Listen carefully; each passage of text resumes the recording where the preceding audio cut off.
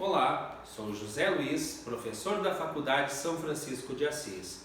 Nossa aula de hoje, dando continuidade à série Ativos Intangíveis, é sobre as características da sociedade do conhecimento. A partir das mudanças ocorridas no cenário mundial, desde o início da civilização até os dias de hoje, enfocando então os subsistemas tecnológico, econômico, social e político, Crawford, em 94, foi quem melhor sintetizou as características da sociedade do conhecimento, agrupando então as características chaves de 4 sociedades que ela considerou como sendo as sociedades básicas. Ela dividiu então em 4: a sociedade primitiva, uma sociedade agrícola, uma sociedade industrial e a atual, que ela denominou então de sociedade do conhecimento. Na aula de hoje, então, nós vamos ver esse comparativo feito por Crawford. Iniciando então pela tecnologia.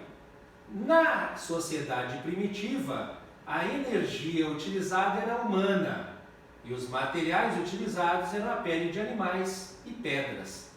Já as ferramentas na era primitiva eram as ferramentas para corte e os métodos de produção não havia nenhum método. O sistema de transporte na era primitiva era o transporte a pé e o sistema de comunicação utilizado era a voz. Já na sociedade agrícola, a energia passou a ser a natural. Os materiais utilizados passaram a ser os recursos renováveis. Como ferramentas, eram utilizadas a força muscular ou natural. Em relação aos métodos de produção, surgiu o artesanato. Já em relação ao transporte, ele passou de ir a pé, da era primitiva, para o transporte a cavalo, a barco, carroça. E o sistema de comunicação da voz, da era primitiva, passou a ser, na era agrícola, o sistema manuscrito. A partir então da sociedade industrial, a energia passou a ser o óleo e o carvão, e os materiais utilizados, recursos não renováveis. As ferramentas passaram a ser as máquinas, métodos de produção era a linha de montagem. Já o transporte passou a ser através de barco a vapor, ferrovia, automóvel ou avião. E o sistema de comunicação de manuscrito da era agrícola passou a ser a imprensa e a televisão. Já na sociedade do conhecimento, a energia passou a ser a do sol, do vento e a energia nuclear. E os materiais passaram a ser recursos renováveis, como biotecnologia. As ferramentas passaram a ser os computadores. E o método de produção passou a ser por meio de robôs. Além disso, em relação ao transporte, ele passou a ser espacial. E o sistema de comunicação passou a ser individual e ilimitados por meios eletrônicos. Já as características em relação à economia são de que a sociedade primitiva, a economia era feita com base na colheita, caça e pesca. Já na era agrícola, a economia passou a ser uma economia local, descentralizada e autossuficiente.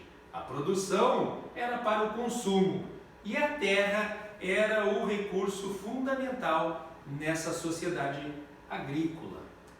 Na sociedade industrial, a economia passou a ser de mercado nacional e a produção passou a ser de bens padronizados. O capital físico se tornou então o recurso fundamental na sociedade industrial. Finalmente, na sociedade do conhecimento, a economia passou a ser global e integrada. A produção passou a ser a provisão de serviços baseadas no conhecimento. E o capital humano passou a ser o recurso fundamental na sociedade do conhecimento. Em relação ao sistema social, na sociedade primitiva, eram pequenos grupos ou tribos. A partir então da sociedade agrícola, o esquema familiar passou a ser estratificado, com definição clara das funções em virtude do sexo. A educação na sociedade agrícola ainda era limitada às elites. Já na sociedade industrial, a família passou a ser nuclear, com divisão de papéis entre os sexos, e a educação passou a ser a educação em massa. Finalmente, na sociedade do conhecimento em relação ao sistema social, o indivíduo é o centro, com diversos tipos de família e fusão dos papéis sexuais. Valores sociais enfatizam a diversidade, a igualdade e o individualismo na sociedade do conhecimento. Em relação ao sistema político, na sociedade primitiva nós tínhamos a tribo, que era a unidade política básica, na qual então os anciões e os chefes governavam. Passando para a era agrícola, nós temos como sistema político o feudalismo. Leis, religião, classes sociais e políticas atreladas ao controle das terras, com autoridade transmitida através da hereditariedade. Então era transmitida de pai para filho, né? Chegando então na sociedade industrial, no que tange aos sistemas políticos, surgiu então capitalismo e marxismos. Leis, religião, classes sociais e políticas passam a ser modeladas de acordo com os interesses da propriedade e controle de investimentos. O nacionalismo passa a ser forte na sociedade industrial. Finalmente, em relação aos sistemas políticos na sociedade do conhecimento, surge a cooperação global. Instituições são modeladas com base na propriedade e no controle do conhecimento. As principais unidades de governo e a democracia participativa definem as normas nessa sociedade do conhecimento. Finalmente, em relação ao paradigma nas 4 sociedades definidas por Crawford, na era primitiva ou na sociedade primitiva, o mundo era visto em termos naturais. Já na sociedade agrícola, o conhecimento passou a ser o da matemática e da astronomia, e as ideias centrais eram de que a humanidade era controlada por forças divinas. Já na sociedade industrial, o conhecimento passou a ser da física e da química, e a ideia central é de que o homem se coloca como controlador do seu destino.